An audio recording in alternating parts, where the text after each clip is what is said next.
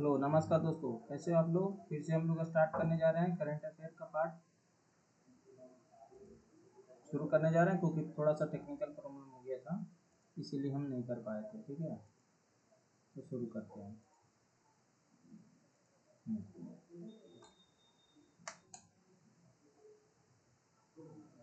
ठीक है, आगे चलते हैं। देखो आगे है कि पूर्ण कार्यात्मक साक्षर घोषित किए जाने वाला पहला भारतीय राज्य कौन बना है। तो ये बना है मिजोरम। पूर्ण पूर्ण पूर्ण पूर्ण पूर्ण कार्यात्मक साक्षर घोषित करने वाला पहला भारतीय राज्य कौन बना है। तो मिजोरम।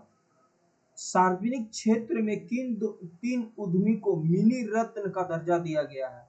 तो यह है Munitions India Limited MIL, Armoured Vehicles Nigam Limited AVL और इंडिया ऑम्पटन लिमिटेड IOA।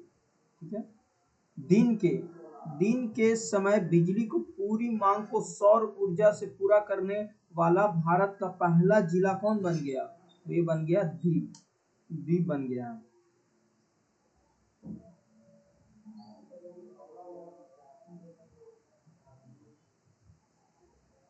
इसको हम थोड़ा सा इसको जूम करते हैं।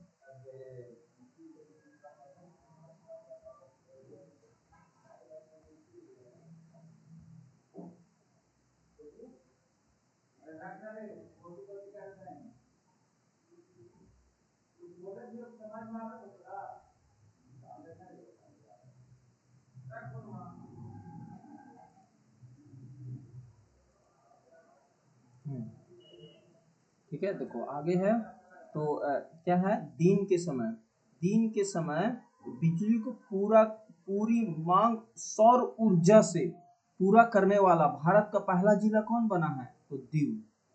मार्च 2025 में जारी भारत में नदी डॉल्फिन की जनगणना के अनुसार किस राज्य में सर्वाधिक नदी डॉल्फिन पाई गई है। तो ये पाया गया है उत्तर प्रदेश में। इसके बाद क्रमशः दूसरे और तीसरे स्थान पे है बिहार में भी पाया गया है 520 और पश्चिम बंगाल में 815।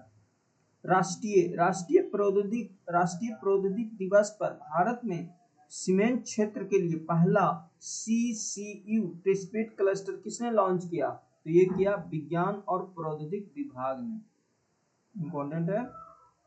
राष्ट्रीय प्रौद्योगिक दिवस पर भारत में सीमेंट क्षेत्र के लिए पहला CCU टेस्टेबल क्लस्टर किसके द्वारा लॉन्च किया गया। तो ये किया गया विज्ञान और प्रौद्योगिक विभाग के द्वारा। ठीक है, यहाँ तक क्लियर है। आगे चलते हैं।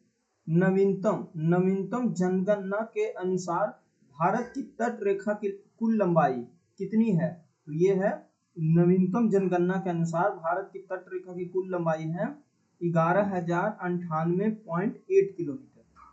याद रखना, नवीनतम जनगणना के अनुसार भारत की तट रेखा की कुल लंबाई कितनी है। तो 11,098.8 किलोमीटर। नई जनगणना में सर्वाधिक तट रेखा वाला राज्य कौन सा है। तो यह है गुजरात 2340.62 किलोमीटर। नई जनगणना सर्वाधिक तटरेखा वाला राज्य कौन सा है। गुजरात। पहले भी यही था, लेकिन आंकड़ा चेंज हुआ, डाटा चेंज किया 2340.62 किलोमीटर। और सर्वाधिक तटरेखा वाला केंद्र शासित प्रदेश कौन बना है। तो अंडमान निकोबार द्वीप समूह 3083.5 किलोमीटर। ठीक है, तो ये इंपॉर्टेंट है, याद रखना है। मतलब नवीनतम जनगणना के अनुसार भारत की तट रेखा की कुल लंबाई कितनी है। तो 11,098.8 किलोमीटर 81 किलोमीटर। नई जनगणना में सर्वाधिक तट रेखा वाला राज्य कौन बना है। तो गुजरात 2340.62 किलोमीटर। सर्वाधिक तट रेखा वाला केंद्र शासित प्रदेश कौन है। तो अंडमान और निकोबार द्वीप समूह 2383.5 किलोमीटर। किस राज्य ने भारत का पहला ट्रांसमीडिया मनोरंजन शहर स्थापित करने की घोषणा की है। तो ये किया है आंध्र प्रदेश ने। किस राज्य ने भारत का पहला ट्रांसमीडिया मनोरंजन शहर स्थापित करने की घोषणा की है, तो किया है आंध्र प्रदेश ने। इस शहर को क्या नाम दिया है? ये दिया है क्रिएटर लैंड, क्रिएटर लैंड। वर्ष 2025-26 के लिए संसदीय प्रांकलन समिति का अध्यक्ष किसे चुना गया? तो ये चुना गया संजय जायसवाल, जो बीजेपी का एक नेता है, बीजेपी का, पहले बीजेपी के प्रदेश अध्यक्ष भी रह चुके हैं, ये बिहार के हैं, तो ये इनको प्रांकलन समिति के अध्यक्ष चुना गया है। सार्वजनिक उपकरण समिति, जिसको बोला जाता है committee on the public undertaking, का अध्यक्ष किसे चुना गया है? तो ये चुना गया है बैजयंत पांडा, बीजेपी के नेता हैं। भारत का पहला समर्पित डीप वाटर कंटेनर ट्रांसशिपेट बंदरगाह कौन सा बना? ये बना है विंझियम अंतरराष्ट्रीय बंदरगाह। भारत का पहला समर्पित डीप वाटर कंटेनर ट्रांसशिपमेंट बंदरगाह कौन सा बना है? तो विंझियम अंतरराष्ट्रीय बंदरगाह। विंझियम बंदरगाह कहाँ स्थित है? तो ये है तिरुवनंतपुरम। ये इंपॉर्टेंट है, याद रखना, बहुत इंपॉर्टेंट है कि भारत का पहला समर्पित डीप वाटर कंटेनर ट्रांसशिपमेंट बंदरगाह कौन बना है? तो ये बना है विंझियम अंतरराष्ट्रीय बंदरगाह। और ये विंझियम बंदरगाह कहाँ स्थित है? तो तिरुवनंतपुरम केरल में स्थित है। यहाँ तक क्लियर? आगे चलते हैं।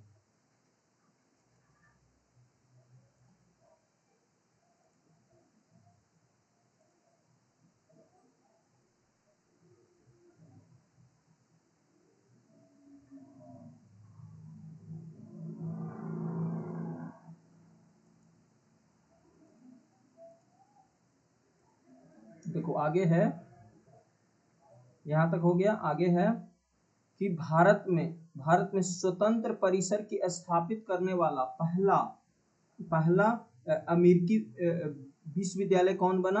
तो ये बना है इलिनियोस इंस्टीट्यूट ऑफ टेक्नोलॉजी। भारत में स्वतंत्र परिसर स्थापित करने वाला पहला अमेरिका विश्वविद्यालय कौन बना है? तो ये इलिनियोस इंस्टीट्यूट ऑफ टेक्नोलॉजी। इलिनियोस टेक का मुख्य परिसर कहाँ स्थित है? तो ये है शिकागो, यूएसए में। सुरक्षा बलों ने छत्तीसगढ़ तेलंगाना सीमा पर कौन सा नक्सल विरोधी अभियान चलाया? तो ये चलाया ऑपरेशन ब्लैक फॉरेस्ट। सुरक्षा बलों ने छत्तीसगढ़ तेलंगाना सीमा पर कौन सा नक्सल विरोधी अभियान चलाया? तो ये चलाया ऑपरेशन ब्लैक फॉरेस्ट में। बिहार सरकार ने गया का नाम बदलकर क्या करने का निर्णय लिया? तो गया जी, ये हाल ही फिलहाल हुआ। भारत का पहला हाइड्रोजन ईंधन सेल चलित ट्रक किसके द्वारा लॉन्च किया गया? तो ये अंडानी इंटरप्राइजेज के द्वारा लॉन्च किया गया। हाइड्रोजन फ्यूल सेल ट्रक खनन कार्य हेतु किस क्षेत्र में लॉन्च किया गया? तो ये किया गया रायपुर, छत्तीसगढ़ में। भारत सरकार ने प्रतिवर्ष किस तिथि को आधिकारिक रूप से आयुर्वेदिक दिवस मनाने का निर्णय लिया? तो यह है 23 सितंबर। भारत सरकार ने प्रतिवर्ष किस तिथि को आधिकारिक रूप से आयुर्वेदिक दिवस मनाने का निर्णय लिया है? ये लिया है 23 सितंबर। किस शहर को देश का पहला भिक्षावृत्ति मुक्त शहर घोषित किया गया है? ये किया गया है इंदौर, मध्य प्रदेश। किस शहर को देश का पहला भिक्षा मतलब ना भीख मांगने वाला वृत्त शहर घोषित किया गया? तो इंदौर, मध्य प्रदेश। ठीक है, यहाँ तक क्लियर हो गया। सशस्त्र बलों के लिए किस अस्पताल को पहली बार 3D माइक्रोस्कोप का उपयोग करते हुए न्यूनतम चीर फाल्ट वाली ग्लूकोमा सैन चिकित्सा की है? तो ये किया है Army Hospital Research and Referral New Delhi. Army Hospital Research and Referral New Delhi. Bharat का पहला क्वांटम कंप्यूटिंग वैली कहाँ स्थापित किया जा रहा है? तो ये किया जा रहा है अमरावती में। भारत का पहला क्वांटम कंप्यूटिंग वैली कहाँ स्थापित किया जा रहा है? तो ये किया जा रहा है अमरावती, आंध्र प्रदेश में। अमेरिका का किस नेता ने भारत की यात्रा किया है? तो जेडी वेंस, उपराष्ट्रपति। जेडी वेंस की पत्नी उषा वेंस किस भारतीय राज्य से संबंधित है? तो ये है आंध्र प्रदेश से। मोदी मिमोंटो म्यूजियम कहाँ स्थापित किया गया? तो ये बिहार में मोतिहारी में किया गया। मोदी मिमोंटो म्यूजियम कहाँ स्थापित किया गया? तो ये मोतिहारी, बिहार में स्थापित किया गया। पहलगाम आतंकी हमला कब हुआ था? तो ये 22 अप्रैल 2025 को हुआ था। ये याद रखना डेट के साथ। पहलगाम आतंकी हमला कब हुआ था? तो 22 अप्रैल 2025 को हुआ था। कहाँ हुआ था? अनंतनाग, जम्मू कश्मीर में। भारत का पहला इंटीग्रेटेड लीवर हैबिलिटेशन सेंटर कहाँ स्थापित किया गया? तो ये नई दिल्ली में किया गया। स्टील इंडिया 2025 का छठा संस्करण का आयोजन कहाँ किया गया? तो ये मुंबई, महाराष्ट्र में किया गया। स्टील इंडिया 2025 का छठा संस्करण का आयोजन कहाँ किया गया? तो ये मुंबई, महाराष्ट्र में किया गया। ठीक है, यहाँ तक क्लियर।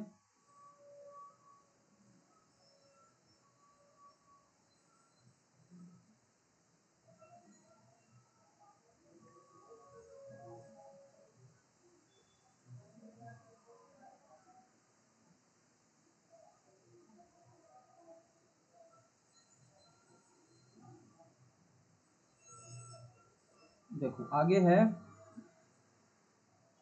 केंद्रीय मंत्रिमंडल ने इंडिया सेमीकंडक्टर मिशन के तहत ईडिला जेवर हवाई अड्डे के पास उत्तर प्रदेश के किस इकाई की स्थापना की मंजूरी दी थी? तो छठी इकाई का।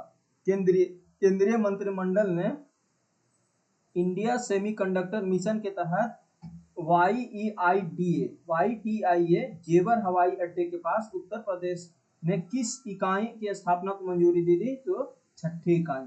यह इकाई किनका संयुक्त मिशन है? तो यह है HCL और फॉक्सन्स का। ये HCL और फॉक्सन्स का। किस शहर ने विश्व स्वास्थ्य संगठन WHO को आयु अनुकूल शहर और समुदाय को वैश्विक नेटवर्क में शामिल किया गया? तो ये किया गया कोझिकोड को। किस शहर को विश्व स्वास्थ्य संगठन WHO के आयु अनुकूल शहर और समुदाय के वैश्विक नेटवर्क में शामिल करने की घोषणा किया है? तो ये किया है कोझिकोड को। ठीक है। सौर ऊर्जा और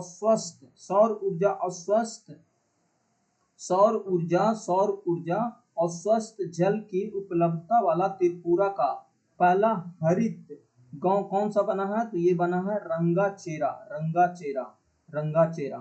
सौर ऊर्जा और स्वस्थ जल की उपलब्धता वाला त्रिपुरा का पहला हरित गांव कौन सा बना है? तो रंगाचेरा, याद रखना। केंद्रीय आयुर्वेदिक विज्ञान अनुसंधान परिषद ने की 2 दुर्बल आयुर्वेदिक पांडुलिपियों को पुनर्जीवित किया है? तो ये किया है द्रवनात्मक कानघिटु और द्रवनात्मक घिनघुटु के लेखक कौन थे? तो मुदगल पंडित। और नाकर घिटु किस विज्ञान द्वारा रचित है? तो भीम्स वैद। ठीक है। कोयला खनन हेतु पेस्ट भरण प्रौद्योगिकी का उपयोग करने वाला भारत का पहला कोयला PSU कौन बना? तो ये बना साउथ ईस्टर्न कोल्ड फील्ड। कोयला खनन हेतु पेस्ट भरण प्रौद्योगिकी का उपयोग करने वाला भारत का पहला कोयला PSU कौन बना? तो ये बना साउथ ईस्टर्न कोल्डफील्ड लिमिटेड। 23वें विधि आयोग का अध्यक्ष किसे नियुक्त किया गया? तो ये किया गया न्यायमूर्ति दिनेश महेश्वरी, सर्वोच्च न्यायालय के पूर्व न्यायाधीश थे। 23वें विधि आयोग के अध्यक्ष किसे नियुक्त किया गया? तो ये किया गया न्यायमूर्ति दिनेश माहेश्वरी, सर्वोच्च न्यायालय के पूर्व न्यायाधीश थे। कौन से 2 भारतीय शास्त्रीय रचनात्मक के पांडुलिपियों को यूनेस्को की मेमोरी ऑफ द वर्ल्ड में शामिल किया गया? तो ये किया गया नाट्यशास्त्र और श्री मद भगवत गीता को। ये इंपॉर्टेंट है, याद रखना। कौन सी 2 भारतीय शास्त्रीय रचनात्मक की पांडुलिपियों को यूनेस्को की memory of the world register में शामिल किया गया? तो ये किया गया नाट्यशास्त्र और श्रीमद् भगवत गीता। किस राज्य ने आदर्श सांस्कृतिक ग्राम कार्यक्रम शुरू किया? तो ये किया उत्तराखंड ने। किस राज्य ने आदर्श सांस्कृतिक ग्राम कार्यक्रम शुरू किया? तो ये किया उत्तराखंड ने। किस शहर ने सैनिटरी और बायोमेडिकल कचरे से 100% पृथक्करण, संग्रह और प्रसंस्करण का मानक हासिल किया? तो ये किया कराड़ शहर, जिला सतारा, महाराष्ट्र। किस शहर ने सैनिटरी और बायोमेडिकल कचरे से 100% पृथक्करण, संग्रहित और प्रसंस्करण का मानक हासिल किया। ये किया कराड़ शहर, जिला सतारा, महाराष्ट्र। यहाँ तक क्लियर है?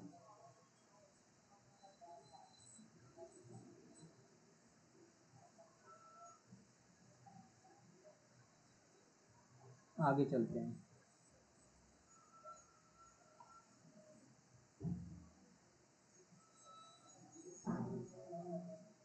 देखो आगे है, प्रधानमंत्री नरेंद्र मोदी ने उत्तर प्रदेश के कितने प्रारंभिक उत्पादों को जीआई टैग प्रमाणित वितरण किए? तो 21 वितरण किए, सबसे ज्यादा उत्तर प्रदेश में किए। तो इन 21 उत्पादों को 2024 में जीआई टैग प्राप्त हुआ। उत्तर प्रदेश का कौन सा क्षेत्र जीआई हब बन गया? तो काशी क्षेत्र, काशी क्षेत्र। उत्तर प्रदेश का कौन सा क्षेत्र जीआई हब बन गया? तो काशी क्षेत्र। बनारस के किन उत्पादों को भौतिक संकेतक जीआई टैग प्राप्त हुआ? तो एक है सनहाई, तबला, दही, लाल पेड़ा, लाल भरवा मिर्च, तिरंगी बर्फी, भित्ति चित्र, चिरतई गांव, करोता और धातु ढलाई से। इतना को क्या बनारस के जीआई टैग मिल गया। किस मंत्रालय द्वारा पंचायत उन्नति सूचकांक की पहली बेसलाइन रिपोर्ट 2023-22 जारी किया? तो ये किया पंचायती राज मंत्रालय ने। किस मंत्रालय द्वारा पंचायत उन्नति सूचकांक की पहली बेसलाइन रिपोर्ट 2022-23 जारी किया? तो ये किया पंचायती राज मंत्रालय ने। किस राज्य की सबसे अधिक ग्राम पंचायत में फ्रंट रनर श्रेणी में रखा गया? तो ये रखा गया गुजरात, 346 ग्राम पंचायतों को। किस राज्य की सबसे अधिक ग्राम पंचायतों को फ्रंट श्रेणी में रखा गया? तो ये गुजरात, 346 ग्राम पंचायतों को। गुजरात के बाद कौन सा दूसरा राज्य है? वो है तेलंगाना, 270 ग्राम पंचायतों को।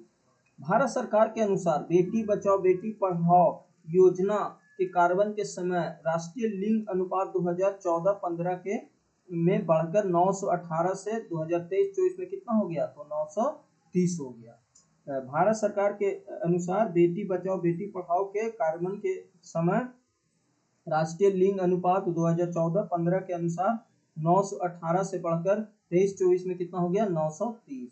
किस राज्य ने डॉल्फिन सफारी बनाने की घोषणा की? तो ये उत्तर प्रदेश, वाराणसी में। किस राज्य ने डॉल्फिन सफारी बनाने की घोषणा की है? तो उत्तर प्रदेश, वाराणसी में।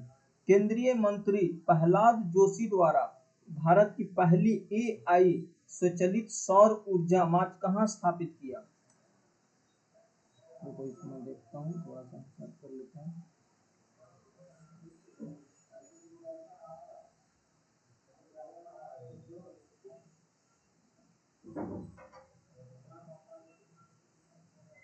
कहाँ गया? सूरत, गुजरात। इधर वाला कवर कर लेते हैं।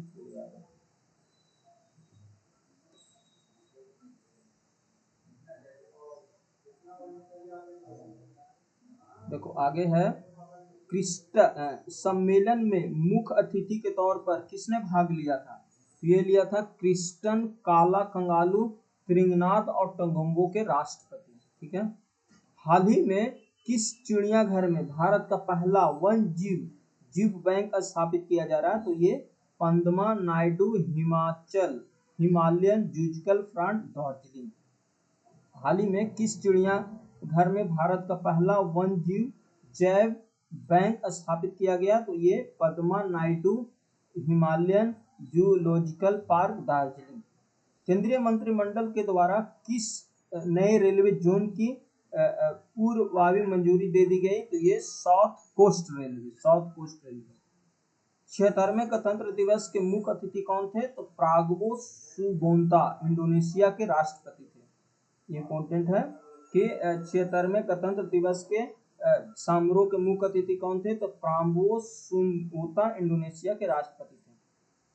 प्रधानमंत्री द्वारा महाकुंभ मेला 2025 के दौरान श्रद्धालुओं की सहायता के लिए किस चैटबॉट लॉन्च किया था? तो ये किया था कुंभ सहायक सा, एआई चैटबॉट।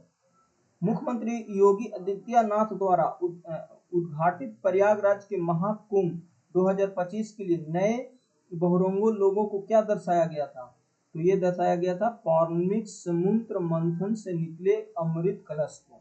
मतलब मुख्यमंत्री योगी आदित्यनाथ द्वारा उद्घाटित प्रयागराज में महाकुंभ 2025 के लिए बहुरंगी लोगो में क्या दर्शाया गया था? तो ये दर्शाया गया था पौराणिक समुद्र मंथन से निकले एक अमृत कलश को। लोगों की डिजाइन में क्या शामिल किया गया है? तो ये किया गया है अक्षय वृक्ष, एक मंदिर, एक दृष्ट, एक कलश और भगवान हनुमान मंदिर की तस्वीरें। यहाँ पे क्लियर है?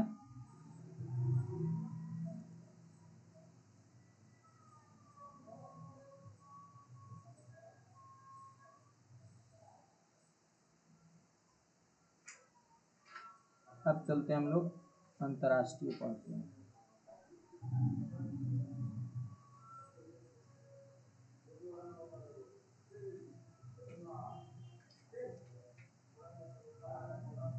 देखो अगला है कि केंद्रीय मंत्रिमंडल प्रहलाद जोशी द्वारा भारत की पहली एआई संचालित सौर निर्माण इकाई का कहाँ शुरू किया गया? तो ये सूरत गुजरात में किया गया। हाल ही में किस राज्य में विधानसभा में सांकेतिक भाषा साइन लैंग्वेज शुरू किया गया? तो ये पंजाब में किया गया। इंपॉर्टेंट है कि हाल ही में किस राज्य ने विधानसभा में सांकेतिक लैंग्वेज साइन लैंग्वेज शुरू किया? तो पंजाब ने। भारत का पहला पीपीपी मॉडल आधारित ग्रीन वेस्ट प्रोसेसिंग प्लांट कहाँ स्थापित किया जा रहा है? तो ये किया जा रहा है बीचोली हम्पी इंदौर में। भारत का पहला पीपीपी मॉडल आधारित ग्रीन वेस्ट प्रोसेसिंग प्लांट कहाँ स्थापित किया जा रहा है? तो ये किया जा रहा है बीचोली हम्पी इंदौर में। प्रधानमंत्री नरेंद्र मोदी को किस देश का सर्वोच्च नागरिक सम्मान grand commander of the order of the star end of Indian oceans दिया गया? ये दिया गया मॉरिशस में। प्रधानमंत्री नरेंद्र मोदी को किस देश का सर्वोच्च नागरिक सम्मान grand commander of the order of the star end of Indian oceans दिया गया? तो ये दिया गया मॉरिशस के द्वारा। भारत का पहला वर्टिकल बाइफेशियल सोलर प्लांट कहाँ स्थापित किया जा रहा है? तो ये किया गया ओखला विहार मेट्रो स्टेशन नई दिल्ली में। भारत का पहला वर्टिकल बाइफेशियल सोलर प्लांट कहाँ स्थापित किया गया? तो ये किया गया ओखला विहार मेट्रो स्टेशन दिल्ली। स्वावलंबन कार्यक्रम किस मंत्रालय के द्वारा शुरू किया गया? तो ये शुरू किया गया कौशल विकास और उद्यमिता मंत्रालय के द्वारा। स्वावलंबन कार्यक्रम किस मंत्रालय के द्वारा शुरू किया गया? तो ये कौशल विकास और उद्यमिता मंत्रालय के द्वारा शुरू किया गया। स्वावलंबन कार्यक्रम का उद्देश्य क्या है? तो ये पूर्वोत्तर भारत में महिलाओं को उद्यमिता को बढ़ावा देना है। ठीक है, स्वावलंबन कार्यक्रम का उद्देश्य क्या है? तो पूर्वोत्तर भारत में महिलाओं को उद्यमिता को बढ़ावा देना है। ठीक है, अब आते हैं हम लोग अंतर्राष्ट्रीय। देखो नेपाल के किस प्रधानमंत्री ने अपने पद से इस्तीफा दे दिया? ये कब की घटना है? 9 सितंबर 2025 का है। प्रधानमंत्री केपी शर्मा ओली ने दे दिया, क्योंकि बहुत बड़ा प्रोटेस्ट हुआ था, तो इसके कारण उसको देना पड़ा इस्तीफा। डेट याद रखना है, 9 सितंबर 2025 को नेपाल के जो प्रधानमंत्री थे ना, वो अपने पद से इस्तीफा दे दिया। प्रधानमंत्री का नाम क्या था? केपी शर्मा ओली। भारत और किस देश के बीच द्विपक्षीय निवेश संधि हस्ताक्षर हुए? ये है इजराइल। भारत और किस देश के बीच त्रिपक्षीय निवेश संधि हस्ताक्षर हुए? वह है इजराइल। इस संधि पर कहाँ हस्ताक्षर किया गया? तो नई दिल्ली में किया गया। भारत किस नेटवर्क में शामिल हुआ? तो ये हुआ health AI global regulatory network GRA। Bharat किस नेटवर्क में शामिल हुआ है? तो ये हुआ health AI global regulatory network. Health AI का संचालन कौन करता है? तो ये करता है health AI the global agency for responsible AI in health. The health AI का मुख्यालय कहाँ है? तो जिनेवा में है। देखो ये इंपॉर्टेंट क्वेश्चन है, पूछा जाएगा कि भारत किस नेटवर्क में शामिल हुआ है? तो ये हुआ है health AI global regulatory network में। हेल्थ एआई GRN का संचालन कौन करता है? तो करता है health AI, the global agency for responsible AI health. Health AI का मुख्यालय कहाँ है? तो जिनेवा में है। संघाई सहयोग संगठन शिखर सम्मेलन 2025 का आयोजन कहाँ किया गया? तो ये किया गया वियतनाम चीन में।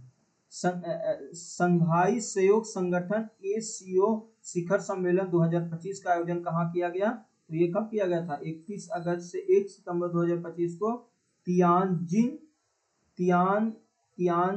चीन में किया गया। ठीक है। S&P ग्लोबल रेटिंग्स में भारत की सबसे लंबी अवधि में सॉवरेन क्रेडिट रेटिंग BBR से बढ़ाकर कितना किया गया? तो BBB किया गया, BBB किया गया। यहाँ तक क्लियर होना चाहिए। आगे चलते हैं।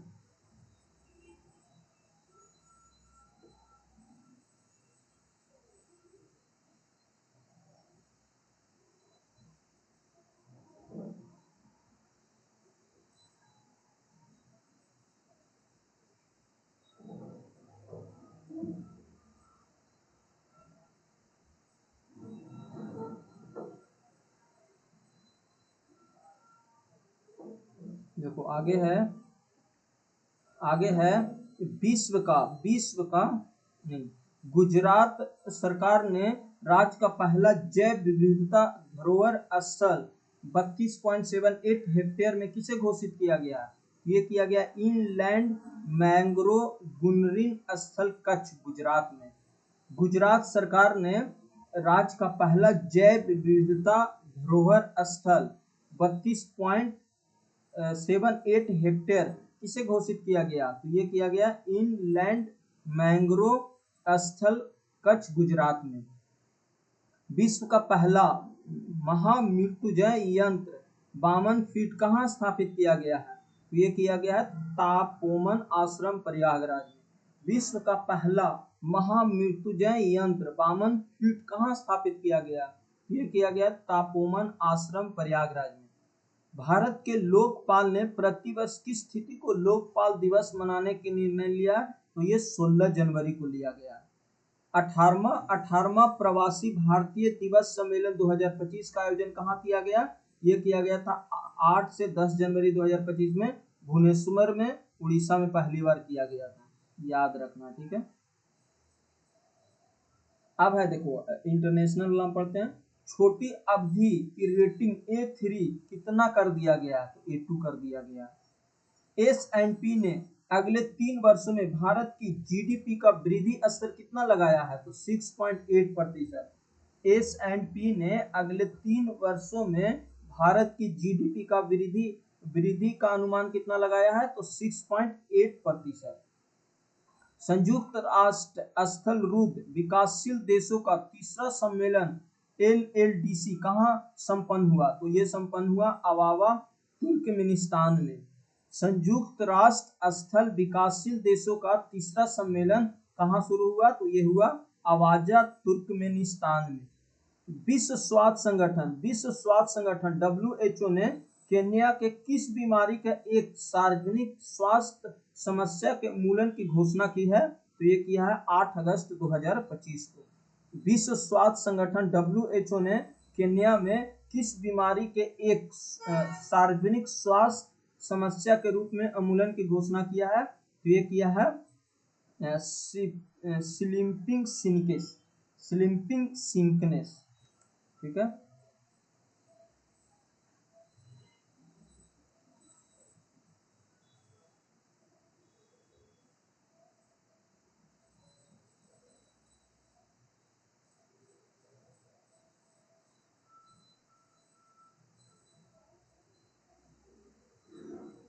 अभी बहुत सारा है, देखो इतना सारा खत्म करना ना, तो आज इसको खत्म कर देंगे।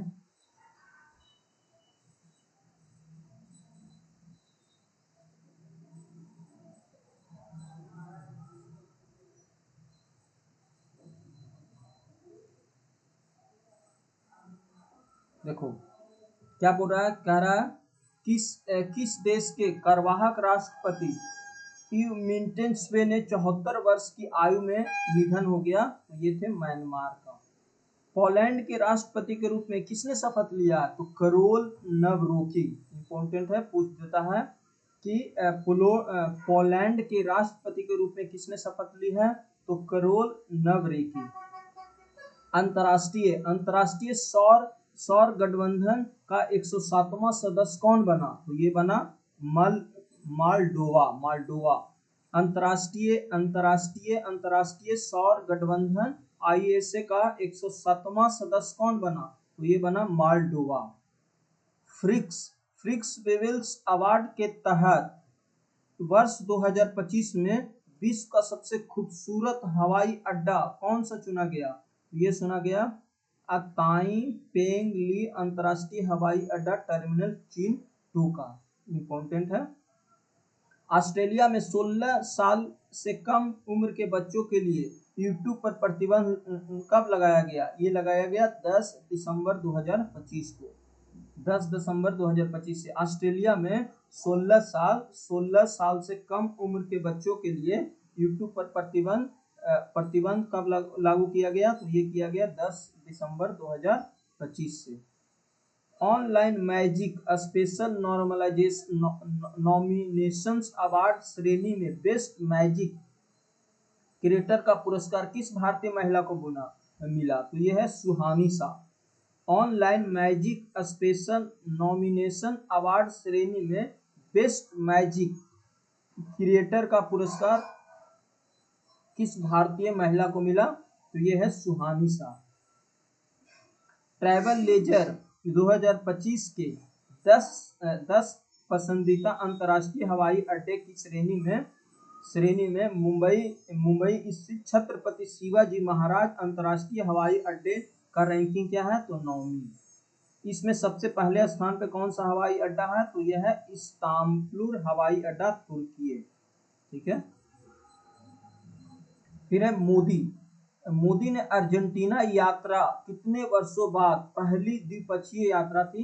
तो ये है 57 वर्ष पूर्व।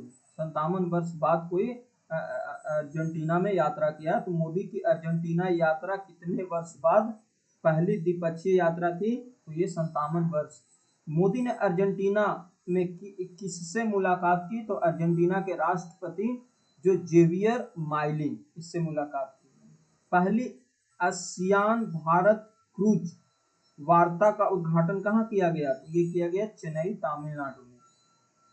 इस उद्घाटन समारोह में किस क्रूज शिप पर आयोजित किया गया? तो ये किया गया एमवी एम्प्रेस कार्डोनिया क्रूज शिप पर। फिर है 30 से 1 जुलाई 2025 तक वार्तलोप यूनेस्को विश्व धरोहर स्थल संपन्न हुआ। ये हुआ मालपुरम, तमिलनाडु में। 51वां G7 शिखर सम्मेलन आयोजित कहाँ किया गया? तो ये कनाकोसिस कनाडा में किया गया था। कनाकोसिस कनाडा में किया गया था। कनाकोसिस कनाडा में 51वां G7 शिखर सम्मेलन 2025 का उद्घाटन ये क्या किया गया? आयोजन किया गया। मंगोलिया के प्रधानमंत्री किसे नियुक्त किया गया? तो ये किया गया गंगोबोजियन लैंडेस्टार।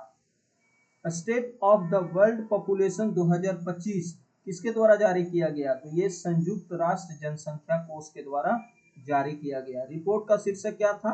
तो ये था वास्तविक प्रजनन संकट। रिपोर्ट के अनुसार भारत में कितने वयस्क अनचाहे गर्भधारक की स्थिति को सामने करते हैं? हर 3 में से 1 मीन्स 36%।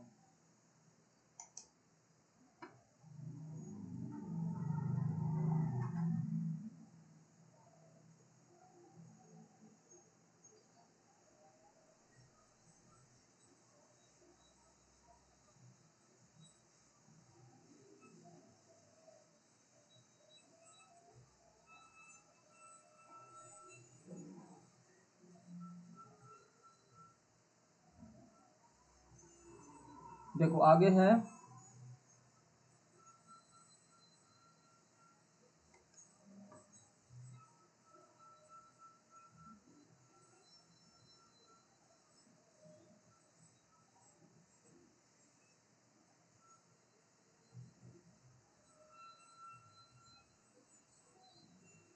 देखो दरोगा में जो है ना करंट अफेयर बहुत मैटर करेगा, क्योंकि 20 से 25 क्वेश्चन पूछा जाएगा करंट अफेयर। अगर आप नहीं करते हो तो मामला गड़बड़ हो जाएगा। देखो इसमें क्या है, कह रहा है ना,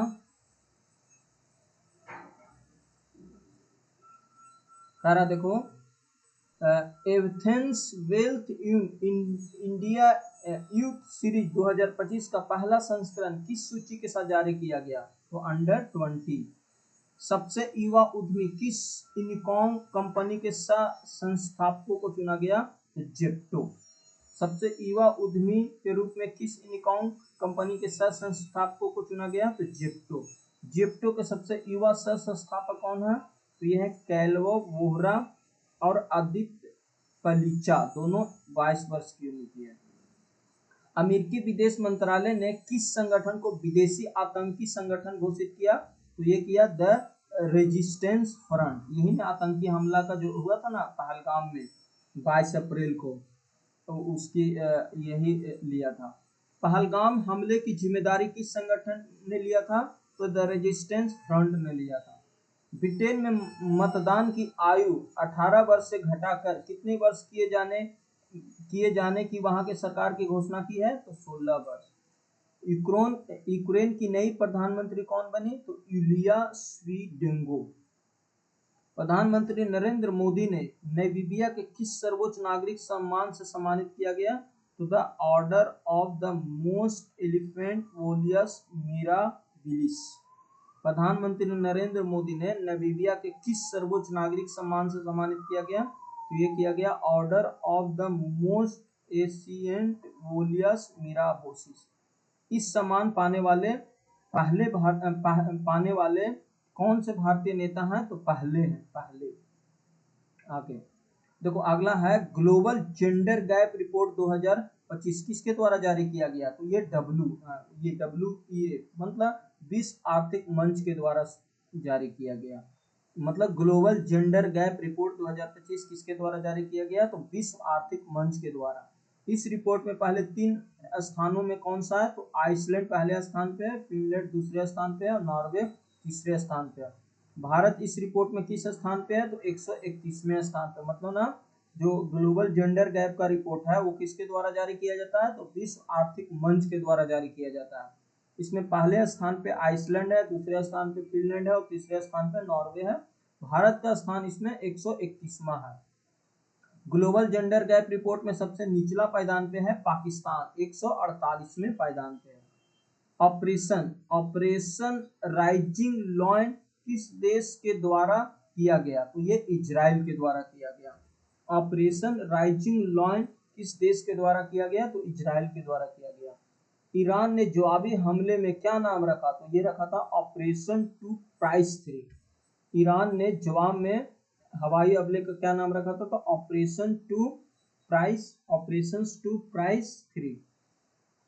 फिर है अंतरराष्ट्रीय श्रम सम्मेलन का 113वां सत्र कहाँ आयोजित किया गया? तो ये जिनेवा में किया गया।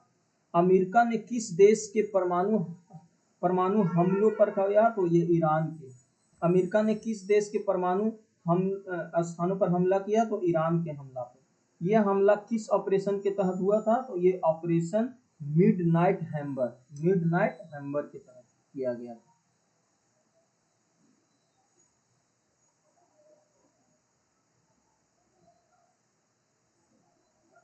ठीक है, यहाँ तक क्लियर है।